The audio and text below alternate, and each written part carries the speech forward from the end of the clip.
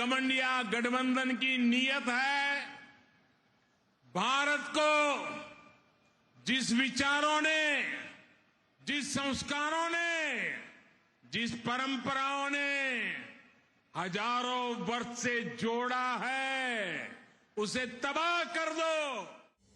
PM Modi के इस बयान से जाहिर है कि सनातन पर गरमाई सियासत फिलहाल तो थमने वाली नहीं है। सागर के बीना पहुंचे पीएम मोदी ने पेट्रोकेमिकल प्रोजेक्ट की आधारशिला रखी, साथ ही 1800 करोड़ रुपए के इंडस्ट्रियल प्रोजेक्ट का वर्चुअल शिलान्यास किया।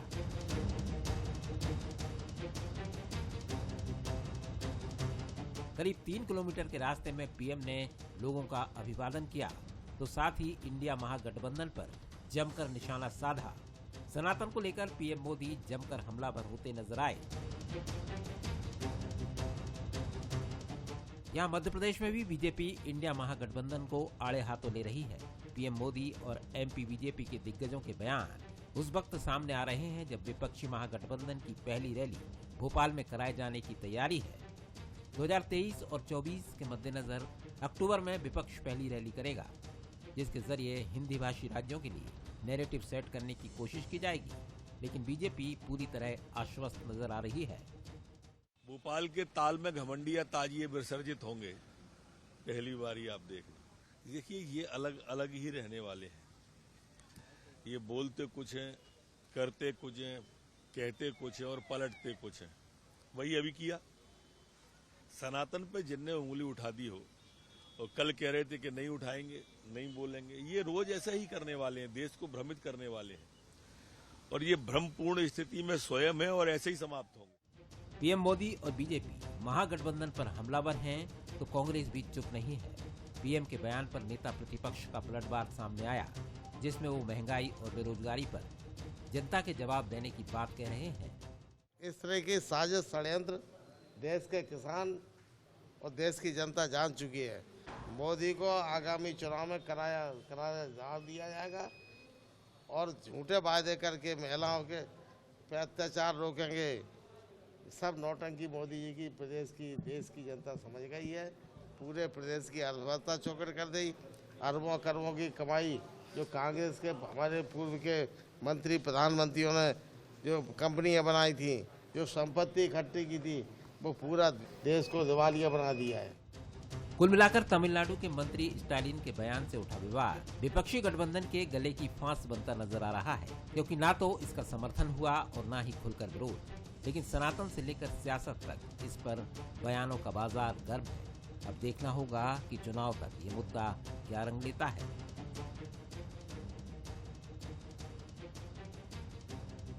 सवाल नंबर 1, क्या सनातन का जिक्र कर पीएम 2023 और 24 का नैरेटिव सेट कर रहे हैं?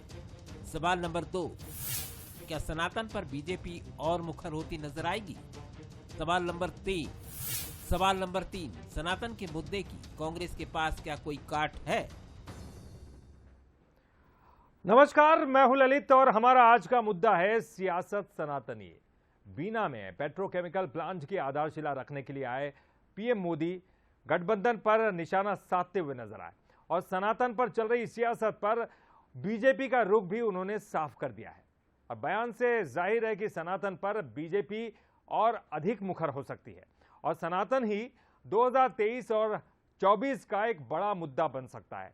लेकिन इस पर कांग्रेस का रुख क्या होगा और कांग्रेस के पास इस मुद्दे की क्या काट होने वाली है, आज इसी को हम समझने की कोशिश करेंगे। हमारे साथ जो पैनल है उनसे आपका परिचय करा दे। गोविंद मालू जी हमारे साथ हैं, वरिष्ठ बीजेपी के नेता हैं, आपका बहुत बहुत स्वागत करते हैं मालू जी।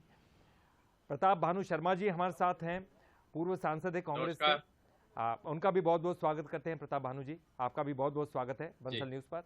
साथ ही साथ हमारे एग्जीक्यूटिव एडिटर मनोज सैनी जी भी हमारे साथ जुड़े हुए हैं। मनोज जी, सबसे पहले शुरुआत भी आप ही से करते हैं। 2023-24 के लिए मुद्दा तो अब तैयार हो गया है, हिंदुत्व और साथ ही साथ सनातन। ये हमने देखा है कि बीजेपी के लिए मुफीद है, लेकिन कांग्रेस का क्या कांग्रेस बीजेपी की ट्रैप में आना पसंद करेगी या फिर कुछ अलग कुछ काट ढूंढेगी?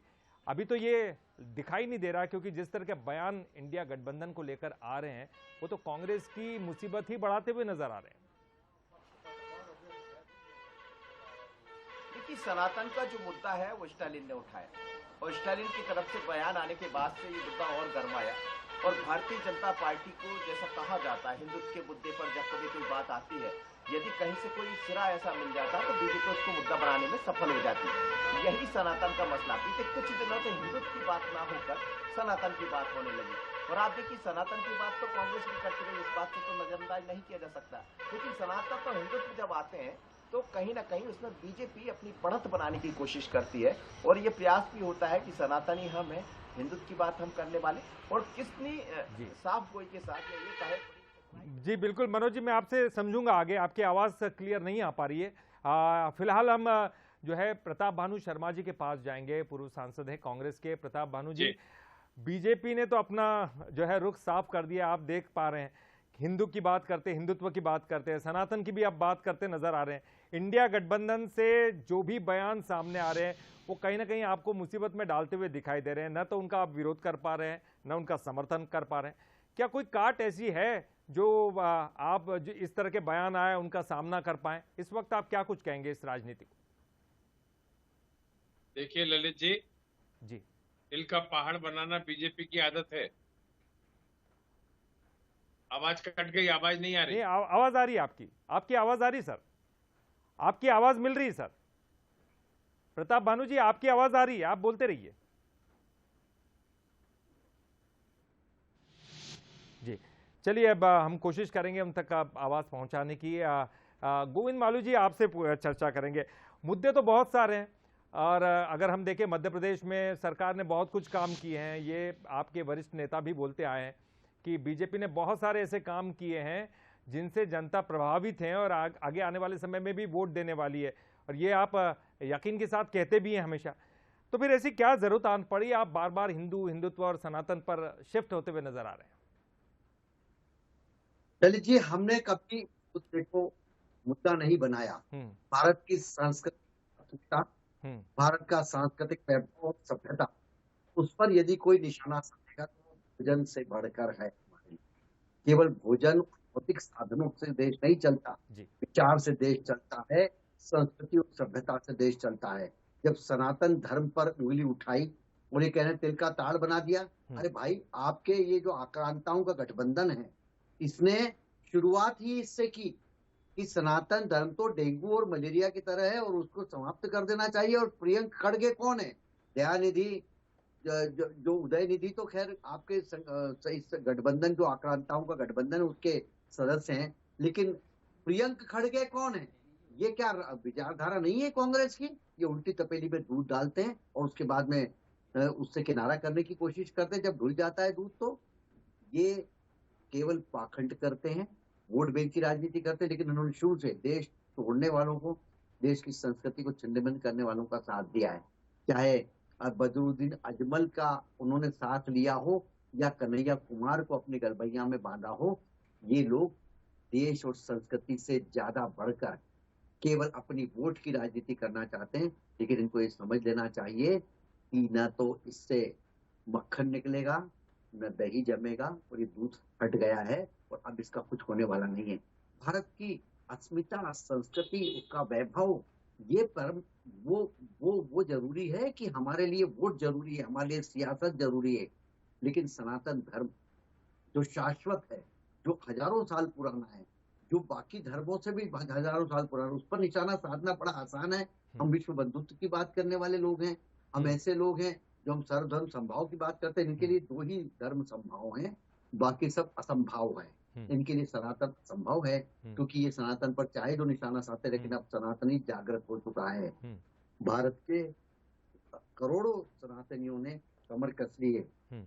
जब इस तरह के पाखंड, इस तरह की जो ये इनकी खुद खुशी में दिए गए बयान, इनके लिए खुद खुशी साबित होगा और ये हमारे अस्तित्व पर, हमारे संस्कृति पर, हमारी सभ्यता पर यदि उसकर वार करेंगे, इनको करारा जवाब दिया जाएगा। ये इन्होंने मुद्दा उठाया, इन्होंने ये बात कही और ये हमारे अस्तित्व पर चोट है। किसी के अस्तित्व पर चोट होती है, किसी दूसरे धर्म पर तो सर तन से जुदा होता है कि नहीं होता है? सनातन तो इतने सहिष्णु, इतने उदार का नाम तो वसुदेव कुटुंबकम की भावना रखते हैं कि आज तक एक ने भी ये नहीं बोला कि हम तन से जुदा कर देंगे। जी जी। जरा इनको वोट कर देखिए कि कैसा होता है। ये पाकिस्तान परस्त लोग हैं, ये मुगल परस्त लोग हैं, ये आक्रांता और आतताइयों का संगठन है, इससे ज्यादा कुछ नहीं है। भारत के नागरिक नहीं हो सकते लोग। चलिए प्रताप भानु शर्मा जी से जान लेते हैं। प्रताप भानु जी, जिस तरह की बातें आ रही हैं, स्टालिन ने जो कुछ कहा, कहीं ना कहीं वो आपको भारी तो पड़ता हुआ नजर आ रहा है। 28 दलों का ये गठबंधन है, आपको बहुत फायदा हो सकता था। हालांकि यहाँ 2 दलों के बीच में ही भिड़ंत है, टकराव है, तो ऐसे में आपको जो इंडिया गठबंधन वो फायदे की स्थिति दिखाई देता है, क्योंकि जिस तरह के बयान आ रहे हैं वो तो कहीं ना कहीं नुकसान में डाल रहे हैं आपको। देखिए, जो बयान आ रहे हैं वो गठबंधन की तरफ से नहीं आ रहे हैं जी। वो इंडिविजुअल रूप में किसी ने बयान दे दिया है, किसी सामाजिक कार्यक्रम में दे दिया है, किसी टीवी की बाइट में दे दिया, तो वो गठबंधन का रिजोल्यूशन या प्रस्ताव नहीं हो सकता। और तिल का पहाड़ बनाने की आदत भाजपा की है, भाजपा के नेताओं की है, झूठ बोलने की है, झूठ बोलने की फितरत तो है ही। और आज उनके पास चुनाव लड़ने के कोई मुद्दे नहीं है। धर्म की ढाल आगे लेकर चलना चाहते हैं, झूठ बोलकर, झूठे आरोप लगाकर, या सनातन का उन्हें मुद्दा बनाना चाहते हैं। सनातन का मुद्दा तो बन इसलिए नहीं सकता जैसा अरे सुन तो लो मालू जी, आपने खुद कहा सहिष्णुता और स्वीकारिता ही, अरे सुनिए आप सुन लो, सहिष्णुता और सार्वभौम स्वीकारिता यही सनातन का ध्येय है, यही सनातन का संदेश है। और ये संदेश 1883 में स्वामी विवेकानंद ने शिकागो में धर्म संसद में दिया था। वही सनातन धर्म है। जो मालू जी कह देंगे या मोदी जी कटाक्ष कर देंगे या बीजेपी उसका वर्णन करने लगेगी, वो सनातन नहीं हो सकता। मनोज जी जी चलिए मैं आता हूँ आपके पास, मैं आता हूँ जी प्रताप जी, मैं आता हूँ गोविंद जी, आता हूँ आपके पास। मनोज जी भी हमारे साथ जुड़ गए हैं।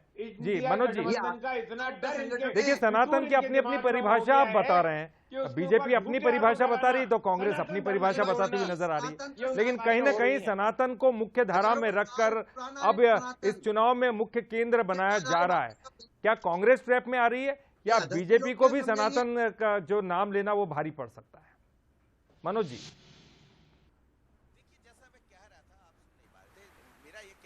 जी, की बात तो हम बीजेपी ने भी की, लेकिन बड़ी ही चतुराई के साथ जो हिंदुत्व की बात होती थी वो सनातन पर जाकर ठहर गई। मुद्दा किसने दिया? स्टालिन ने दे दिया। स्टालिन ने मुद्दा दिया, भारतीय जनता पार्टी ने उसको लपक लिया। और कुछ दिन पहले जब जेपी नड्डा यहाँ पहुंचे थे तो जेपी नड्डा ने भी बात, खरगोन में हमने देखा, बिंद में हमने देखा, उन्होंने बात सनातन की हिंदुत्व की बात नहीं की। तो अब बात सनातन पर छिड़ गई, और जब भी सनातन या हिंदुत्व आएगा तो भारतीय जनता पार्टी इसको छोड़ेगी नहीं। जैसा आप कह रहे थे कि ट्रेप में कांग्रेस फंस गई।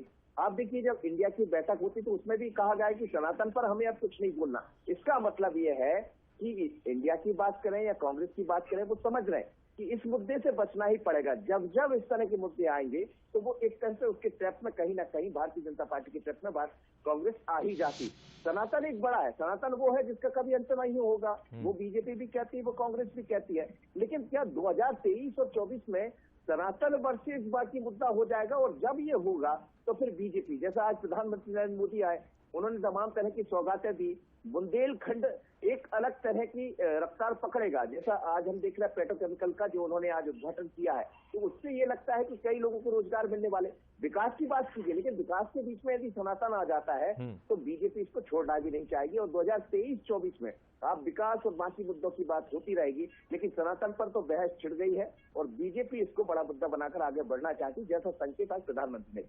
बिल्कुल गोविंद जी, देखिए एक बड़ी बात यह है कि बहुत बड़ा विकास चाह रहे हैं। देखिए 2-2 जगह बड़ी बड़ी परियोजनाओं का उद्घाटन किया है। निश्चित तौर पर जो है जितने भी वोटर्स वो भी ये सब जानते हैं कि ये जो है परियोजनाओं का विकास कर रहे हैं, उनका उद्घाटन कर रहे हैं, तो निश्चित तौर पर विकास की तरफ ध्यान दे रहे हैं।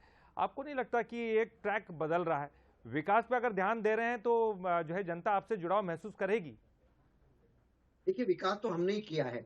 आजादी के 70 साल बाद यदि शौचालय की बात हो रही है, यदि घर के मकान की और घर घर नल जल की बात हो रही है, चूल्हा दिया जा रहा है, धुएं से मुक्ति दिलाई जा रही है, बैंक में खाते खुलवाए जा रहे हैं, तो विकास हमने किया है। लेकिन अगर बात निकली है तो दूर तलक जाएगी। ये सावन की रुत में पतंगबाजी का शौक इनको बहुत महंगा पड़ेगा। इसमें बरसात नहीं होगी, तूफान आएगा, पूरे देश में तूफान आएगा।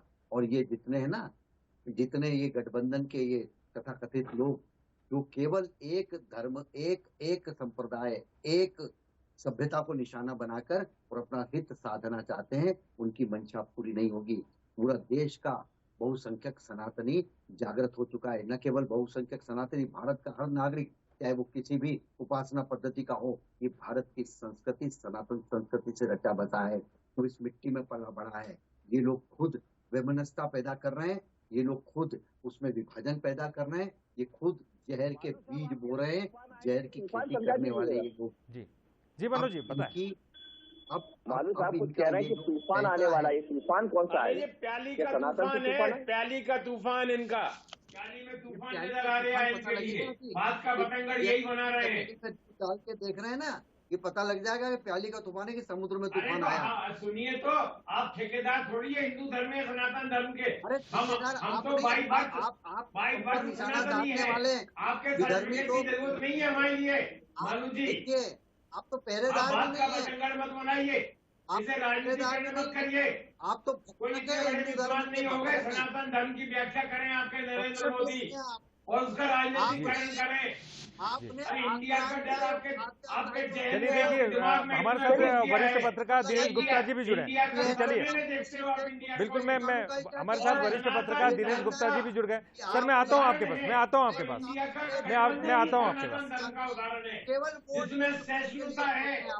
प्रताप जी मैं आता हूँ आपके पास। गोविंद मालू जी आपके पास भी आता हूँ। हमारे साथ दिनेश गुप्ता जी वरिष्ठ पत्रकार जुड़ गए, आपका भी बहुत बहुत स्वागत करते हैं बंसल न्यूज पर। दिनेश जी देखिए, सनातन अपने आप में एक प्रमुख मुद्दा बनते जा रहा है। हिंदुत्व ये तो बीजेपी को मुफीद करता है, ये आप भी जानते हैं। और अब सनातन ये जो है, इसकी अपनी अपनी परिभाषा गढ़ी जा रही है। कांग्रेस अपनी परिभाषा बता रही है, बीजेपी अपनी परिभाषा बताते हुए नजर आ रही है। लेकिन चुनाव में ये जो मुद्दा है, ये कितना रंग लाएगा? क्या कांग्रेस बीजेपी के ट्रैप में फंसती हुई नजर आ रही है, या फिर कांग्रेस के पास कोई अलग काट ढूंढने की जरूरत महसूस हो रही है? नहीं, देखिए भारतीय जनता पार्टी तो हमेशा इसी तरह के मुद्दे पर रहती है। आप 2014 का चुनाव देखिए कि भारतीय जनता पार्टी ने किस मुद्दे पर लोकसभा का लड़ा था, और 23 में वो किस मुद्दे पर लड़ रही है। जिस डेवलपमेंट के मुद्दे पर, जिस करप्शन के मुद्दे पर उसने चुनाव लड़ा था, आज वो किस मुद्दे पर लड़ रही है। तो ये मुद्दा क्यों आता है? धर्म राजनीति में जब मुद्दा आता है, जब आपके पास बहुत ज्यादा उपलब्धियां नहीं होती, जब आपको लगता है कि जनता हमको हमारी तरफ अट्रैक्टिव नहीं हो रही, तब आप उस तरह के मुद्दे लाते हैं।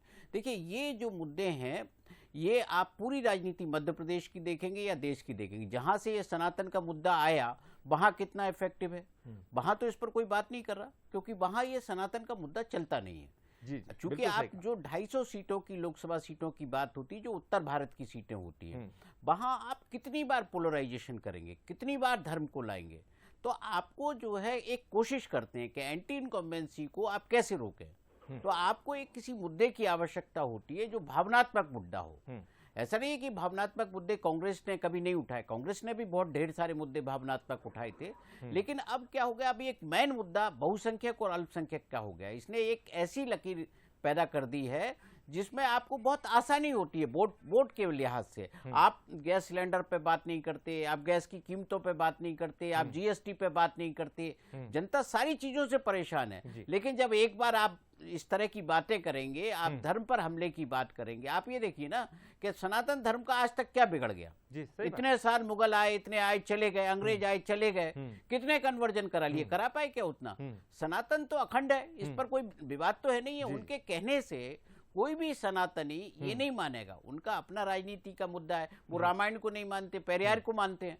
तो हर जगह यही तो देश की विविधता है। यानी कि इस मुद्दे को लपका गया है, ये कह सकते हैं। गोविंद जी देखिए, ये साफ तौर पर कह रहे हैं दिनेश जी कि एक ये मुद्दा, आपके पास तो बहुत सारे मुद्दे हैं, वो ये बता भी रहे हैं कि विकास की बात करिए, जनता से जुड़े हुए अन्य भी मुद्दे हैं वो बात करिए। जो सनातन का जो मुद्दा है, जहां से निकला है, स्टालिन जहां से है, वहां तो ये मुद्दा उतना असर करता नहीं जितना आप हिंदी जो बेल्ट पर आप ये सब मुद्दे उठाने की कोशिश कर रहे हैं।